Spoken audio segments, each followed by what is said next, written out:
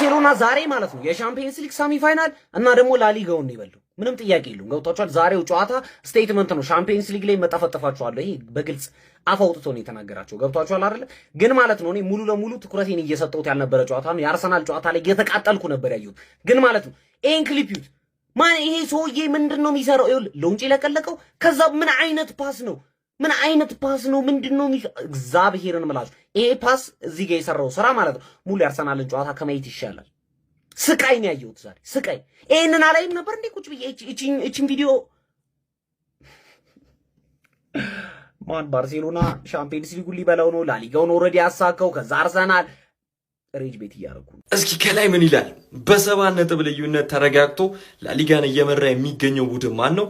ኮመንት ሴክሽን ላይ ጻፉልኝ። ባርሴሎና ይባላል። ኤኒዌይስ የካታላኑ ክለብ ባርሴሎና አሁን ላይ በ76 ነጥብ እንግዲህ ላሊጋን እየመራ ይገኛል። በ69 ሪያል ማድሪድ ይከተለናል።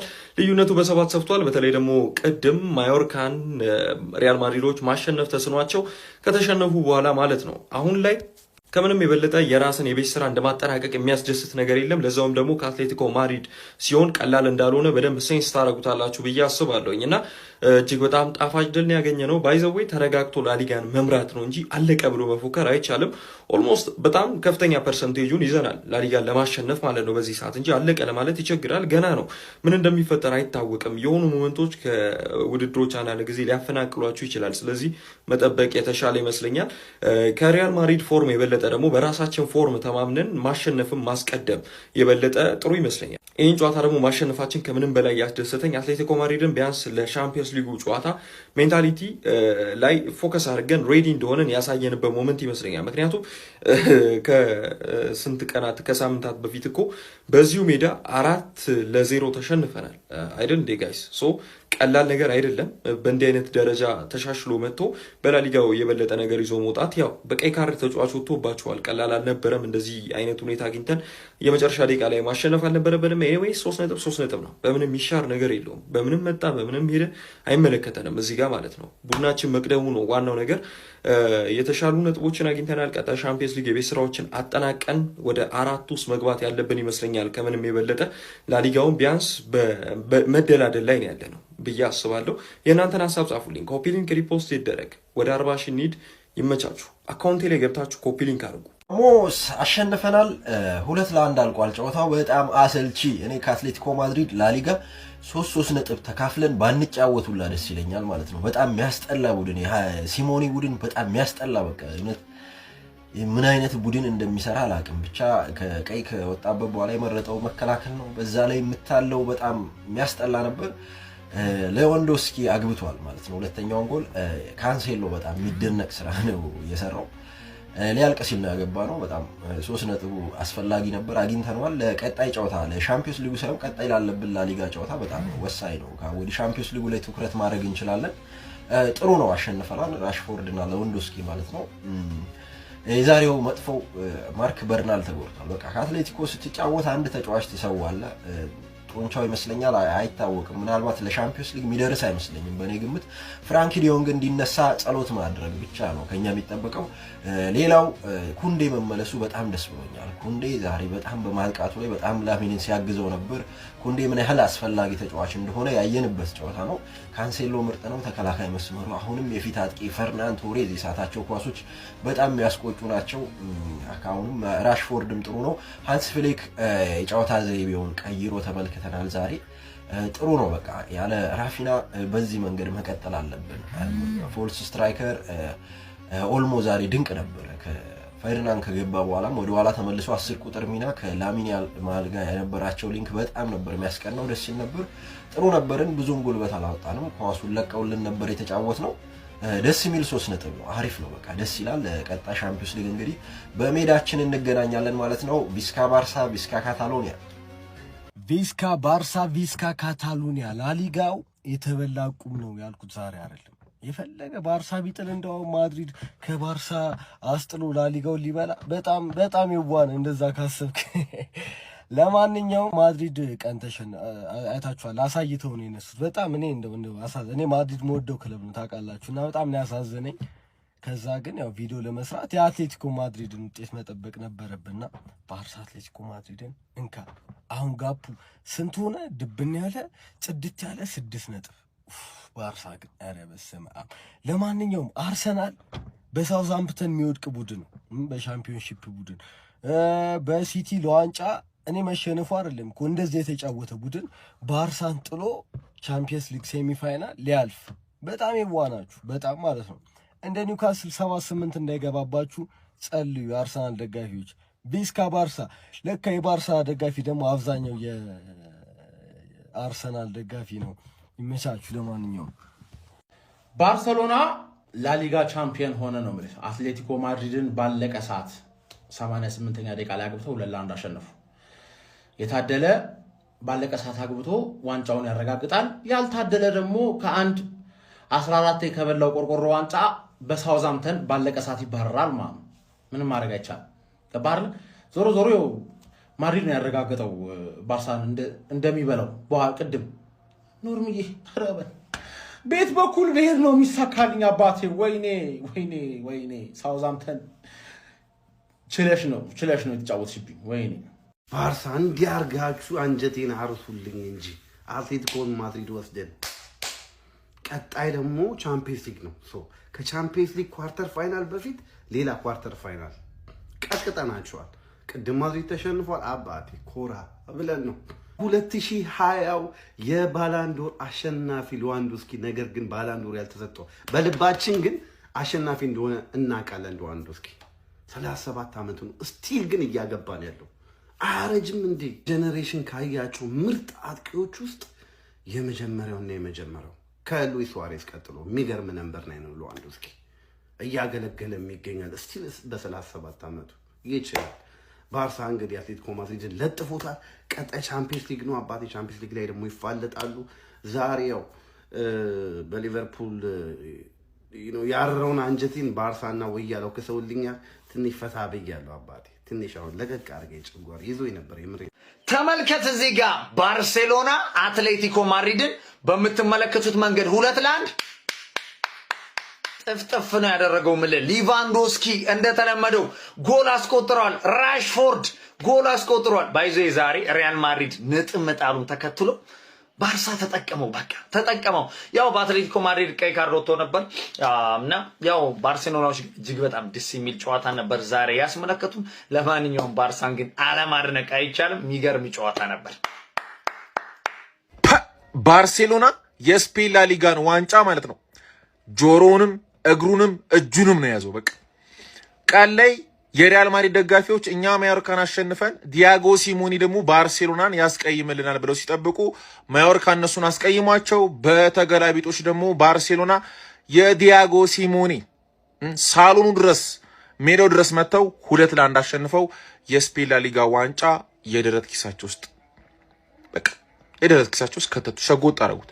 ማድሪድ የማይደርስበት የማድሪድ እጅ የማይደርስበት ማለት 7 ነጥብ ከዚህ በኋላ ከባድ ባርሴሎና ለስፔን ላሊጋ ዋንጫ አንድ እርምጃ ራሱ እንዳቀረበ ተመልክተናል። በተጠባቂ 30ኛ ሳምንት የስፔን ላሊጋ መርሃ ግብር ወደ ሜትሮፖሊታኖ በመጓዝ የዲያጎ ሲሞኔ አትሌቲኮ ማድሪድ የገጠመው የሃንስ ፍሊኩ ባርሴሎና 2-1 በማሸነፍ ከተከታዩ ሪያል ማድሪድ ጋር ያለውን የነጥብ ልዩነት ወደ 7 በማስፋት በላሊጋው 76 ነጥቦችን በመያዝ አንደኛ ደረጃነቱን አጠናክሮ እንደቀጠለ ተመልክተናል። በዚህ ጨዋታ ላይ በአትሌቲኮ ማድሪዶች በኩል 39ኛው ደቂቃ ላይ ሲሞኔ በጣም ቆንጆ አጨራረስ አስመልክቶም ቀዳሚ አድርጓቸው ነበር። ነገር ግን ከዛ በኋላ በደቂቃዎች ልዩነት ማርከስ ራሽፎርድ 42ኛው ደቂቃ ላይ ለባርሴሎና ጎል አስቆጥሮ የመጀመሪያው አጋማሽ ሊጠናቀቅ ሲል በአትሌቲኮ ማድሪድ በኩል ጎንዛሌዝ እንግዲህ 52ኛው ደቂቃ ላይ ቀይ ካርድ ከሜዳ ተመልክቶ እንግዲህ ይሰናበታል ማለት ነው። ከዛ ከሁለተኛው አጋማሽ በኋላ ረጅም የጨዋታ ክፍለ ጊዜዎችን አትሌቲኮ ማድሪዶች ውጤቱን አስጠብቀው ነበር ሲጓዙ የነበረው። ነገር ግን የሃንስ ፍሊክ ቅያሬ ሰርቶላቸው የ38 ዓመቱ ፖላንዳዊ አጥቂው ሌዋንዶስኪ 88ኛው ደቂቃ ላይ ለባርሴሎና ወሳኛዋና ድል ማድረጊያውን ጎል አስቆጥሮ ባርሴሎና ጨዋታውን ለ1 ድል ማድረግ ችሏል። በዚህ ጨዋታ ላይ ሲሞኔ ወሳኝ የሚባሉት ተጫዋቾችን እንደነ አዴሞላ ሉክማንና ዩሊያን አልቫሬዝን አልተጠቀመባቸውም ነበረ። ለሚቀጥለው በቀናቶች ልዩነት በሚደረገው የአውሮፓ ሻምፒዮንስ ሊግ የሁለቱ ቡድኖች ፍልሚያ ያሳረፋቸው ነው የሚመስለው። ኤኒዌይ ግን ባርሴሎና በጣም ወሳኝ የሚባል ውጤት ነው ማስመዝገብ የቻለው። ላሚን ያማል ሌላ ታሪክ ውስጥ ያለ ተጫዋች ነው። ራሽፎርድም ቢሆን እንግዲህ በጨዋታው ላይ የተረዳሁት ነገር ቢኖር ለራፊና ያን ያህል የማያሳጣ ባካፕ ተጫዋች እንደሆነ ነው ያስመለከተን። ለማንኛውም እናንተ ስለዚህ ውጤት ምን ትላላችሁ? ሀሳባችሁን አካፍሉኝ። የፕላስ ምልክቱ መጫ እንዳት ማድሪድ ተሸንፎ፣ አርሰናል ተሸንፎ፣ ሊቨርፑል ተሸንፎ፣ ባርሳ ባለቀ ሰዓት አግብቶ አሸንፎ የላሊጋውን ዋንጫ ኦልሞስት አረጋገጠው ባርሴሎና። አርሰናል በሳውዛምፕተን ተሸንፎ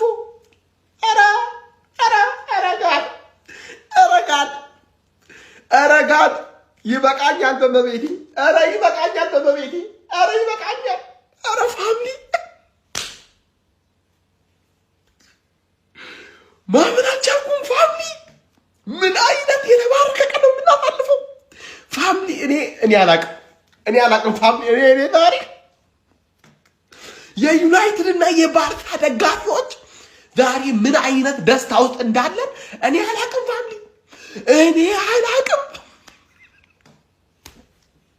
ሊጠናቀቅ 8 ጨዋታ ብቻ የቀረው ላሊጋን ባርሴሎና 7 ነጥብ ልዩነት ከሪያል ማድሪድ ርቆ መምራት ጀምሯል። በምሽቱ ጨዋታ ቀደም ብሎ ሪያል ማድሪድ መሸነፉን ተከትሎ ባርሴሎና ከአትሌቲኮ ማድሪድ ጋር ከባድ ፍልሚያ ገጥሞ 2-1 በሆነ ውጤት አሸንፎ ጣፋጭ ድል ከማስመዝገብ ባለፈ በላሊጋው የደረጃ ሰንጠረዥ የነበረውን የ4 ነጥብ ልዩነት ወደ 7 ማስፋት ችሏል። 8 ጨዋታዎች ብቻ ይቀራሉ ላሊጋውን በእጃቸው ለማስገባት እጅግ ከመቼውም ጊዜ በላይ ተቃርበዋል። በዚህ ጨዋታ ላይ አትሌቲኮ ማድሪዶችን ቀዳሚ ማድረግ የቻለች ጎል 39ኛው ደቂቃ ላይ ሲሞኔ ማስቆጠር ቢችልም ነገር ግን በ3 ደቂቃ ልዩነት ማርከስ ራሽፎርድ ባርሴሎና አቻ ማድረግ የቻለች ጎል ማስቆጠር ችሏል። ራሽፎርድ በዚህ ጨዋታ ላይ በነገራችን ላይ በጣም ድንቅ የሚባል እንቅስቃሴን ሲያሳየን አምሽቷል። ነገር ግን የመጀመሪያው አጋማሽ ሊጠናቀቅ በጣም ጥቂት ሰከንዶች በቀሩበት ሰዓት ጎንዛሌዝ በአትሌቲኮ ማድሪድ በኩል ቀይ ካርድ ተመልክቶ ከሜዳ ተሰናብቷል። ታዲያ ባርሴሎናዎች ሰከንድ ሃፍ ሙሉ ለሙሉ ዶሚኔት አድርጎ ማለት ይቻላል 88ኛው ደቂቃ ላይ ሌቫንዶቭስኪ ተቀይሮ ገብቶ የባርሴሎናን ድል ያበሰረች ጎል ማስቆጠር ችሏል። እጅግ ጣፋጭ ድል ባርሴሎና መቀዳጀት ችሏል። 3 ነጥብ ብቻ ሳይሆን 6 ነጥብ አሸንፏል ማለት ይቻላል። ለማንኛውም ስለምሽቱ የባርሴሎና ወሳኝና ትልቅ ድል ምን ትላላችሁ? ሀሳብ አስተያየታችሁን ኮሜንት ሴክሽን ላይ ያጋሩኝ። ሜዳ ስፖርትን ፎሎ ማድረግ እንዳትረሱ። አሳቀኝ ገንፎ ከቁርሴ ተርፎ ነው ያራዳ ልጆች ነግሬሃለሁ እኮ አረጋግቶታል አልኩ። ባርሳ ሲጀምር ገና ጨዋታው ተረደ። በእርግጥ አትሌቲኮ በጣም ታግለዋል ነው የምልህ። አንስ ፍሊክ ግራ ገባ። አንድ እኩል ሆኖ ጨዋታው ቀይ ካርድ ተመልክቶ አትሌቲኮ ምን ላርግ ብሎ ሲዞር ሌቫንዶቭስኪ ጥርሱን እየፋቀ ቁጭ ብሎ እንዴ ቻምፒዮን አንተ ተከልክለህ እንጂ ባላንዶር ጎበልታ ና አግባለሁ። እስቲ ና ራሽፎርድ ጎል አግብተሃል፣ እስቲ ና ልቀይር። ድሮም እጄን በጄ በሚባለው ጨዋታ ነው ሜዶ ብሎ ሲያስገባው ተረዳኝ። ኧረ ካንሴሎ ተጫዋቹን ሽባ አይደለም ያደረገው። ያራዳ ልጆች ከዚህ በኋላ አይቆምም። እንዲህ ብሎ ያየዋል ታውቃለህ። እስኪ ያገቡት ካንሴሎ የመተው እንኳን አለው ቦታው ላይ ይገኛሉ። አጥቂ ቦታው ምንድን መገኘት ትልቁ ኳሊቲ አጥቂ ስትፈለግ መገኘት። ቦታው ላይ ተገኘ ነካት ያሎ አመሉ ነው። ሄደ በቃ። ማድሪድ ብትቋጥር ባትቋጥር ምን አንቀርመን አወራን። ማዮርካ ነው አንተን ገላግሎ ቁጭ አረጋ አልቋል። ላሊጋው ይዘጋው፣ ቦርድ እየተሰበሰበ ይዘጋ በቃ በቃኝ እንበል ሁሉም እያሉ የሚሆን አይደለም። አትሌቲኮ ታገለ ገነፈለ። እስኪብርቱ አትሌቲኮ ባርሳ ፈርሞ አለቀ በራሱ ምንም። በህይወቴ ዘመን ዳኛ ለአንድ ክለብ እንደዚህ ሲያዳላ በህይወቴ አይቻላቀም። ይሄ ኳስ ቀይ ካርድ ካልተሰጠ ቀይ ካርድ ይሰረዝ፣ በቃ አይኑር፣ ከቢጫ የዘለለ ነገር አይኑር። ብቻ ግን ዛሬ ማለት ነው ባርሳን እንዴት አሸንፈን እንደምናልፍ ሴሚ ፋይናልን እንዴት እንደምንቀላቀል ማለት ነው አረጋግጠናል። እኔ የተናደድኩት በዳኛው ዲሲሽን ነው እንጂ ምንም በጨዋታው በጣም ደስተኛ ነኝ። ባርሳ አይመስልም ነበር፣ እንደ አንድ ተራ ክለብ ነበር ስንጮትበት የነበረው። ሙሉ ቤንች ይዘን ገብተን ታዳጊ እያጮትን በጎዶሎ እየተጮትን ብቻ በክለቤ ኮሪት ያለ ግን ዳኛ ማለት ነው በጌታ ሚዲያ ነው። ያው መጥፎ ቃል አላወራም ለዚህ ዳኛ እኔ ቃል የለኝም። እብድ ያለ ጌም ነበረ። ቀይ ካርድ በቃ ዋንዳ ሜትሮፖሊታኑ ላይ የማይፈጠር ነገር የለም። ጎልም እንደለመደው ነው ይከተታል፣ በዚህም በዛም በቃ ያበረ ጌም ነበር። አትሌቲኮ ከባርሴሎና ፈርስታፉ በተለይ ምላሽ ባለው መንገድ እንግዲህ ባለቀ ፈርስታፉ ላይ እንደተሳውቷችሁ ኒኮላስ ጎንዛሌዝ እንግዲህ ሌፍት ባክ ላይ አይግባ ብዬ ላይቭ ላይ ስናገር ነበረ። እንግዲህ እንዳያችሁት ያማልም በቁሙ ነው በልቡ ሲጮትበት ነበር። በቃ እንደ ልቡ። እዚህ ጋር እንግዲህ ቪዲዮን አስቀምጥላችኋል። ዝም ብዬ ከላይ ከፈለጋችሁ ለብቻ ምሰራላችሁ ይሆናል። ኤኒዌይስ ግን በቃ አልቻለውም ነበር። በሱ የመጣም ነው ቀስ ብሎ እጁ እንግዲህ መጀመሪያ ቢጫ ካርድ አግኝቶ ነበር ኒኮላስ ጎንዛሌዝ በሁለት እጁ ከያዘ በኋላ ኳሱን። ከዛ በኋላ ደግሞ የቢጫ የሚያሰጥ እንዳያችሁት የማይሆን ታክል ላሚን ያማል ላይ ወርዶ ነበረ። እሱ ታክል ግን በጣም ራሽ እንደሆነ እንግዲህ ካዩት በኋላ እና ደግሞ ጎል ስኮሪንግ ኦፖርቹኒቲም ሊያቋርጥ ይችላል በሚል ሀሳብ እንግዲህ ሁለቱንም 50-50 ይዘውበት ቀይ ካርድ በቀጥታ አባረውት ነበረ። ይህ ሰሞን እንግዲህ ትንሽ እያዛገና አካውንታችን ላይ ኮፒ ሊንክ ይደረግ ይጀመር በደንብ ዛሬ በደንብ እናወራለን። እዚሁ ዳሰስ እናደርገዋለን። 7 ነጥብ ሰፍቷል። ነጥቡ እንግዲህ አስቸጋሪ ሆኗል። ላሊጋ አላሻችሁም? ሀሳባችሁ ኮሜንት ላይ አስቀምጡልኝ። ፕላስቱ መጫ እንዳይረሳ። ላሊጋ ምንም አይነት ዜና እንዳያመልጣችሁ። እዚሁ ኮፒ ሊንክ ማድረግ ደግሞ እንዳይረሳ። 50-50 ጊዜ እንደተመቻችሁ ባርሴሎና እስቲ ቀውጡ፣ እስቲ እናያችሁ እንዴት ናችሁ። እንቀጥለው ደግሞ ማድሪዲስታስም እንግዲህ የምናወራው ነገር አለ። ከዛ እሱ አይገስ ፌር ነው ማለት ትችላላችሁ። ግን ጀራርድ ማርቲን እንዳስታውሳችሁት እንግዲህ ሰከንድ ሃፍ አካባቢ ላይ ይህን አይነት ታክል ወርዶ ነበረ። ቀይ ካርድ ያሰጣል ወይ? ፕሮባብሊ ሊያሰጥ ይችላል።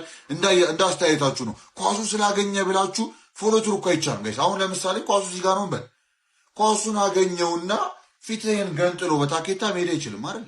ኦፍኮርስ ኮመን ሴንስ ነው። እና ልላችሁ የፈለግቱ ምንድን ነው፣ ኳሱን አግኝቶታል፣ ግን አቴምፕት ቱ ፕሌይ ዘ ቦል ምናምን የሚባለው ነገር አለ።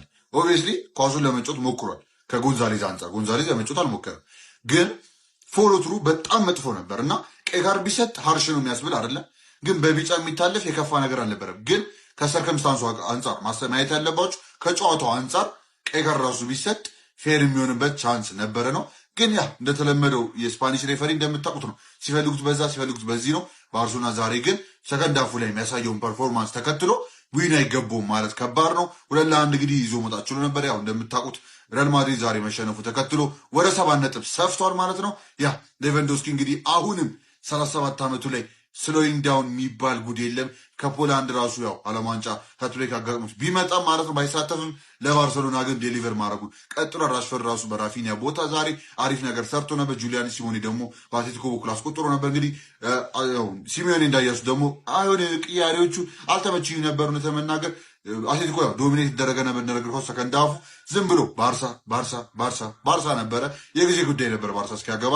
እናም አግብተው ማሸነፍ ችሎ ነበር። በደጉዲ ላሊጋ ምንም አይነት ኮቲቭ እንዳያመልጣችሁ። ፕላስ ውስጥ በጫ እንዳይረሳ። ሀሳባችሁ ኮሜንት ላይ አስቀምጡ። ቅድም እንዳልኳችሁ ቀጣይ እስክንገናኝ ድረስ ይመቻችሁ።